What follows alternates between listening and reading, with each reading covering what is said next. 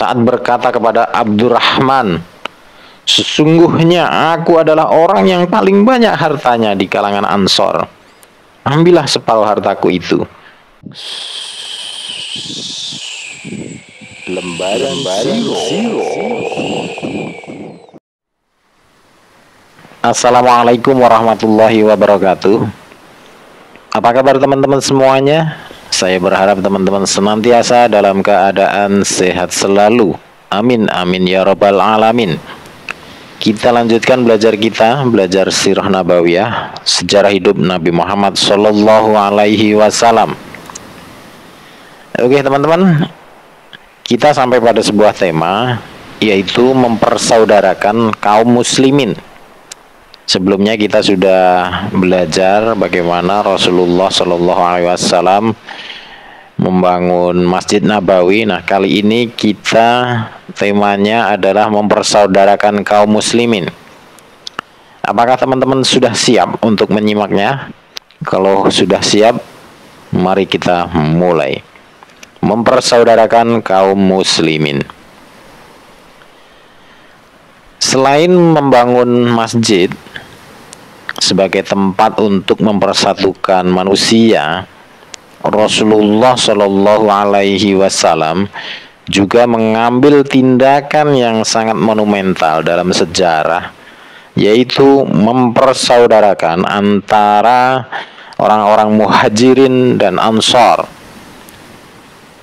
Ibnul Qayyim mengatakan, kemudian Rasulullah Shallallahu Alaihi Wasallam mempersaudarakan antara orang-orang Muhajirin dan Ansor di rumah Anas bin Malik. Mereka yang dipersaudarakan ada 90 orang, separuh dari Muhajirin dan separuhnya lagi dari Ansor. Beliau mempersaudarakan mereka agar saling tolong-menolong, saling mewarisi harta jika ada yang meninggal dunia, di samping kerabat-kerabatnya. Ketetapan saling mewarisi ini berlaku hingga perang Badar. Hak saling mewarisi ini dihapus hukumnya ketika Allah menurunkan ayat, yaitu surat Al-Anfal ayat 75.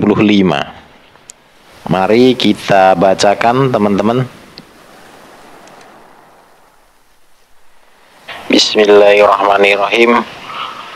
وَالَّذِينَ آمَنُوا مِنْ بَعْدُ وَهَاجَرُوا وَجَاهَدُوا مَعَكُمْ فَأُولَئِكَ مِنْكُمْ وَأُولُو الْأَرْحَامِ بَعْضُهُمْ أَوْلَى بِبَعْضٍ فِي كِتَابِ اللَّهِ إِنَّ اللَّهَ بِكُلِّ شَيْءٍ عَلِيمٌ. Oke, teman-teman, kita bacakan artinya. Dan orang-orang yang beriman setelah itu kemudian berhijrah dan berjihad bersamamu, maka mereka termasuk golonganmu. Orang-orang yang mempunyai hubungan kerabat itu sebagiannya lebih berhak terhadap sesamanya daripada yang bukan kerabat, menurut kitab Allah. Sungguh Allah Maha mengetahui segala sesuatu. Oke teman-teman, kita lanjutkan. Walau demikian, ikatan persaudaraan masih tetap berlaku.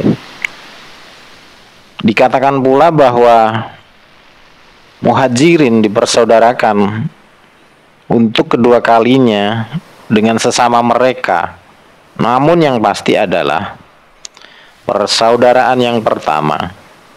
Meskipun Muhajirin memiliki ikatan yang lebih dominan dari sisi persaudaraan karena Islam, kesamaan negeri, kekerabatan, dan nasab, jika dibandingkan ikatan persaudaraan dengan Ansor yang memiliki banyak perbedaan latar belakang, maka persaudaraan ini sebagaimana diungkapkan oleh Muhammad Al-Ghazali bertujuan agar fanatisme jahiliyah menjadi lenyap dan tidak ada yang dibela selain Islam.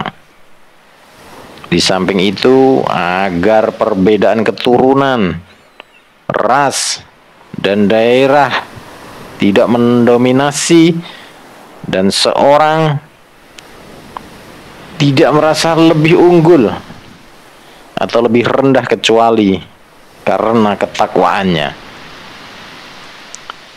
Rasulullah Shallallahu Alaihi Wasallam menjadikan persaudaraan ini sebagai ikatan yang benar-benar harus dilaksanakan, bukan sekedar isapan jempol dan omong kosong belaka. Persaudaraan tersebut harus diwujudkan dalam tindakan nyata yang mempertautkan darah dan harta, bukan sekedar ucapan salam di bibir lalu setelah itu hilang tanpa kesan sama sekali. Dan tujuan tersebut terrealisasi dengan baik. Dorongan perasaan untuk mendahulukan kepentingan yang lain, saling mengasihi dan memberikan pertolongan benar-benar bersenyawa dalam persaudaraan ini, mewarnai masyarakat yang baru dibangun dengan beberapa gambaran yang mengundang decak kagum, teman-teman. Al-Bukhari meriwayatkan bahwa ketika orang-orang Muhajirin tiba di Madinah, Rasulullah Shallallahu Alaihi Wasallam mempersaudarakan Abdurrahman bin Auf dengan Sa'ad bin Ar-Rabi. Sa'ad berkata kepada Abdurrahman, "Sesungguhnya aku adalah orang yang paling banyak hartanya di kalangan Ansor. Ambillah separuh hartaku itu. Aku juga mempunyai 2 istri. Maka lihatlah mana yang kau pilih, agar aku bisa menceraikannya. Jika masa idahnya sudah habis, nikahilah dia." Abdurrahman berkata, "Semoga Allah memberkahi bagimu dalam keluarga dan hartamu. Lebih baik tunjukkan saja mana pasar kalian." Maka orang-orang menunjukkan pasar Bani Koinuko. Tak seberapa lama kemudian dia sudah mendapatkan sejumlah samin dan keju. Jika pada pagi hari dia sudah pergi untuk berdagang, suatu hari dia datang dan bajunya terlihat ada warna kuning bekas minyak wangi wanita. "Bagaimana keadaanmu?" tanya Rasulullah. "Saya sudah menikah," jawabnya. "Berapa banyak mas kawin yang engkau serahkan kepada istrimu?" tanya Rasulullah. Dia menjawab, "Beberapa keping emas." Diriwayatkan dari Abu Hurairah, dia berkata, orang-orang Ansor berkata kepada Nabi Shallallahu Alaihi Wasallam, "Bagilah kebun kurma milik kami untuk diberikan kepada saudara-saudara kami." "Kami mendengar dan kami taat," kata mereka. "Tidak perlu," jawab beliau. "Cukuplah kalian memberikan bahan makanan pokok saja dan kami bisa bergabung dengan kalian dalam memanen buahnya." Ini menunjukkan betapa besar kemurahan hati kaum Ansor terhadap saudara-saudara mereka dari Muhajirin. Mereka rela berkorban, lebih mementingkan kepentingan saudaranya dari kaum Ansor. kecuali sekedar makanan yang bisa menegakkan tulang punggung mereka.